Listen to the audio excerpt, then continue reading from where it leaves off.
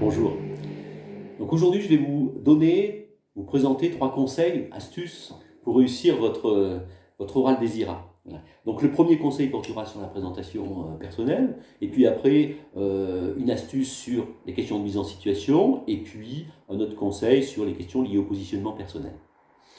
Avant de vous présenter ces conseils, je vous rappelle simplement que lors de l'entretien avec le jury, celui-ci va vous tester, va tester vos comportements, parce que le jury a besoin de connaître votre personnalité pour savoir qu'est-ce qui vous animera en tant que cadre, quelle valeur du service public vous avez, comment vous vous êtes approprié la déontologie du fonctionnaire. Alors tout d'abord, concernant votre présentation, un certain nombre de candidats nous donnent des exemples, et ils ont raison. Et c'est indispensable même, montrer sa capacité à agir.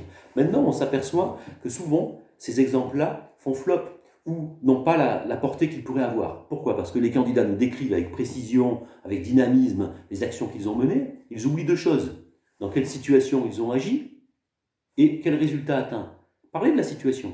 Est-ce qu'il y avait quelque chose qui était chronophage dans le service? Est-ce qu'il manquait de fluidité? Est-ce qu'il y a une nécessité d'adapter une procédure ou une pratique sur le terrain, ou une législation sur le terrain? Parlez de cette mise en situation. Un cadre n'est pas là pour pédaler dans le vide. Il agit parce qu'il y a un contexte donné, une situation. Et puis, parlez-nous du résultat atteint. J'avais une candidate récemment qui nous parlait de son implication dans la gestion intégrée de la gestion du personnel, au niveau des RH.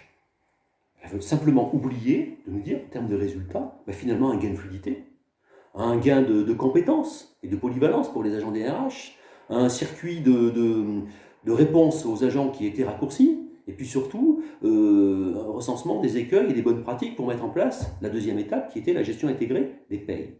Donc pensez durant votre présentation, situation, activité, résultat atteint. Premier conseil.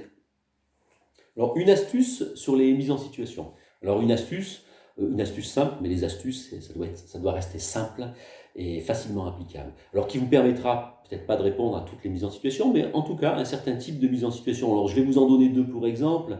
Ce sont des mises en situation assez courantes lors de vos concours. Vous avez des agents qui ne respectent pas les règles déontologiques sur les réseaux sociaux, ou qui ont des pratiques déviantes sur ces réseaux sociaux, ou des agents qui se chamaillent sur leur prise de congé d'été, alors qu'il y a des usagers, qu'est-ce que vous faites, comment vous réagissez. Voilà. Donc en général, vous savez répondre à ces questions. Qu'est-ce qu'on fait dans l'urgence? Quelles sont les actions à mener ensuite? Mais moi, je voudrais simplement vous permettre d'apporter une plus-value à ces questions en pensant à l'anticipation, prévention, afin que ça ne se reproduise plus. Montrer qu'un cadre, c'est quelqu'un qui sait éteindre les feux, mais ce n'est pas l'objectif. Le but, c'est de prévenir que ça ne se reproduise plus. Donc, vous avez des outils tout simples, c'est-à-dire montrer que vous vous servirez de ces mises en situation pour éviter que ça ne se reproduise. Voilà. Donc, vous avez un certain nombre d'outils. C'est d'abord vous assurer que les règles soient bien connues des agents. Voilà, vous assurer de ça à travers l'entretien professionnel, à travers des réunions, à travers des notes de service, etc. Voilà. Vous assurer, si vous voyez qu'il y a des lacunes, peut-être la mise en place de formations, mais en général, vous répondez sur les formations. Voilà.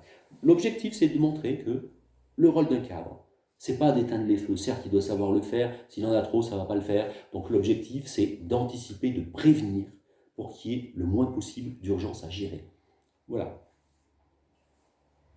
Une astuce sur les questions liées au positionnement personnel, avec le type de question, que pensez-vous d'eux?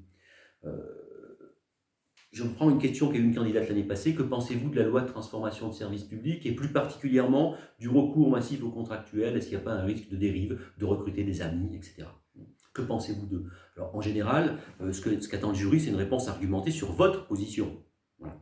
Mais vous pouvez élargir, avoir une plus-value sur votre réponse en rajoutant aussi le principe du service public, en rattachant ces questions-là au principe du service public. Je prends l'adaptabilité pour cette question-là.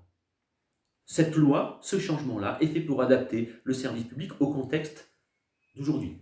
Donc cette loi est peut-être imparfaite, vous avez une opinion, il y a des choses positives, il y a des choses négatives, mais il y a une nécessité d'adapter le service public, et il y a pire qu'un changement qui est imparfait, c'est le non-changement.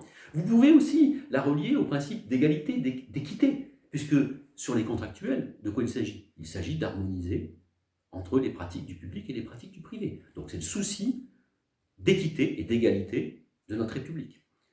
donner votre avis personnel et essayer de raccrocher à des valeurs du service public. Donc voilà 3 astuces que vous pouvez utiliser. Alors dans le cadre de ma proposition, je vous proposerai 3 astuces dans chaque domaine. Dans la présentation, pour permettre de l'améliorer. Dans le cadre des mises en situation, pour vous donner plus de palettes pour répondre aux différentes mises en situation. Et 3-4 outils, 3-4 stratégies pour des questions de positionnement.